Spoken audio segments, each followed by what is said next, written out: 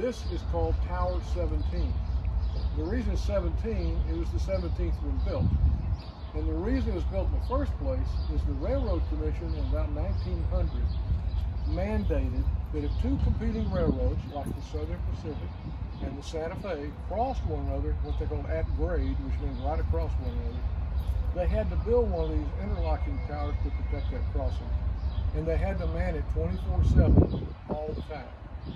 So this one was built in 1903. As I said, it was the 17th one built. That's why it's number 17. Okay. Now, they always had a crew of 3 people in this device. Over the years, they got that need for more personnel, and so they added on to it. We're going to go inside. I'll show you kind of the history of it, and then we'll go upstairs and I'll show you how the interlocking tower works. Okay.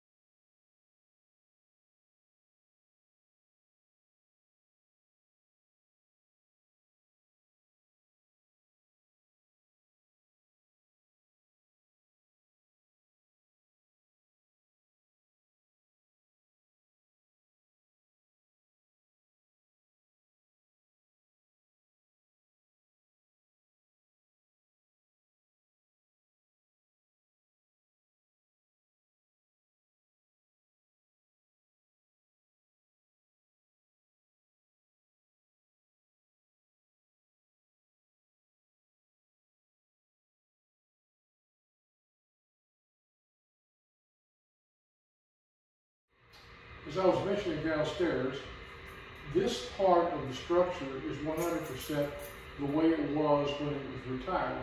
The bottom had to be redone, but not the top. Now, if you'll look here, this partition over the top is where the 1950s edition was built. So what we're standing in now is the 1950s edition. And if we look over here to the right, this part is the original, absolute, from 1903 part of the building. If you'll notice, that fine air conditioner that you saw downstairs is still here. I don't know if it's functional or not, but it's still here. And the stove would have worked plenty good. It was probably built for coal, but likely it was ran on wood down here in this part of the world. So let's see how this thing would work. All right. Now this is the dispatcher's desk. Now the dispatcher is the person who's in charge of the station, of this whole part of the world here, okay? And he would have two crew members that worked on this machine called interlocking machine.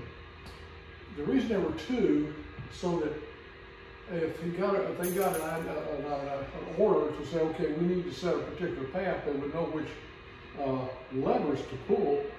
Then one of them would say, okay, I'm pulling number, for example, number 16. The other guy would have to agree that that was correct. Otherwise, they didn't. That way, you had redundancy. And like one guy would do it one time, and another guy would do it the next time, so they kind of took turns operating. Now, as you can see from the age of the machine, there's some missing holes here. Well, there's a good reason for that. Is this, I may have mentioned downstairs, is a schematic, like a map, of what the area looked like in 2004 when this was retired.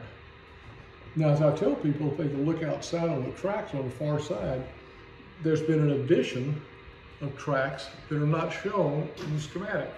So someone would have had to redo the schematic, if you will, and then reset the machine to that configuration. So what we see here was what it would look like when it was retired.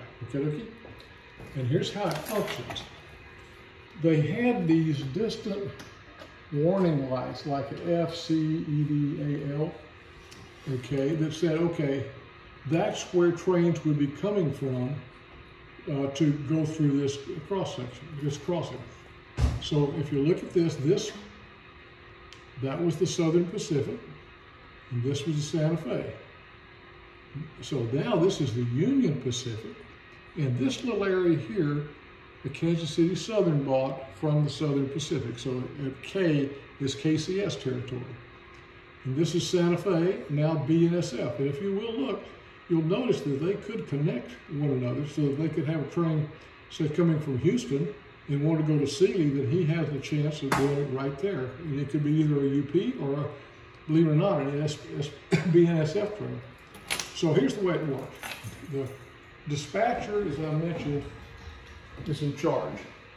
So the way it works is one of the distant early warning lights. For example, if F lit, it would ring a bell to get their attention. The dispatcher would immediately look at his train order book and say, oh yeah, okay, that's old Southern Pacific 1, 2, 3, 4, we're gonna let him go.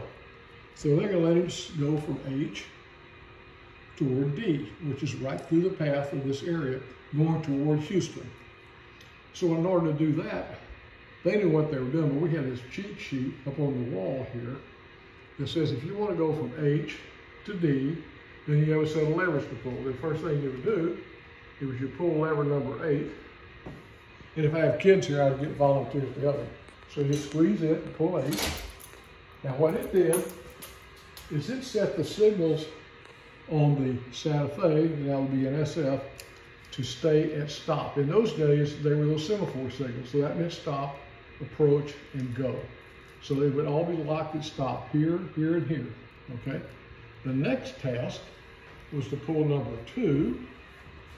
So when that occurs, that set the signal for the Southern Pacific guy to go from stop to go. So when the engineer sees that, he proceeds like this. Now when D lit, they knew the locomotive was there.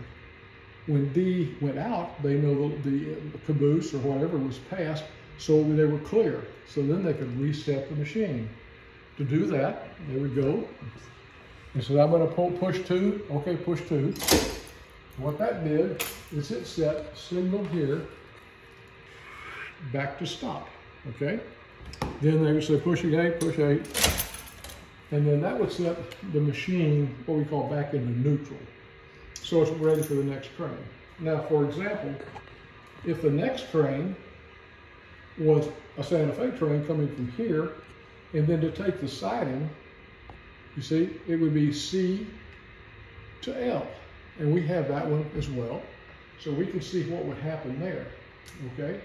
So to do C to L, the next guy would say, okay, I'm going to pull 16. The guy agrees. Say, okay, pull 16. And when he did that, what that did is it set the switch machine here to go zzz. So this switch would go to here, and this one would go like that. Okay, so that was the path. Now, as I was explaining downstairs, early on, there would be a guy out here doing this. But as time passed, there would be automatic switch machines that would be connected to this machine. Now later we're going to go downstairs to see how all this is connected. And you can see the power cabinets and the programmable cabinets of how this worked.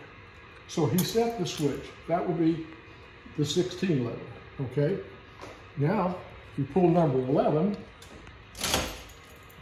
it tells, now it's telling the SP guys, you're locked at stop. You can't go, you're stopping, okay? And then if we pull number 4, what he did is he set the signal here on the Santa Fe guy to say, okay, now you're good, you can go to go. And so he goes through here, takes the siding. Now when L lights, as we know, that means the locomotive got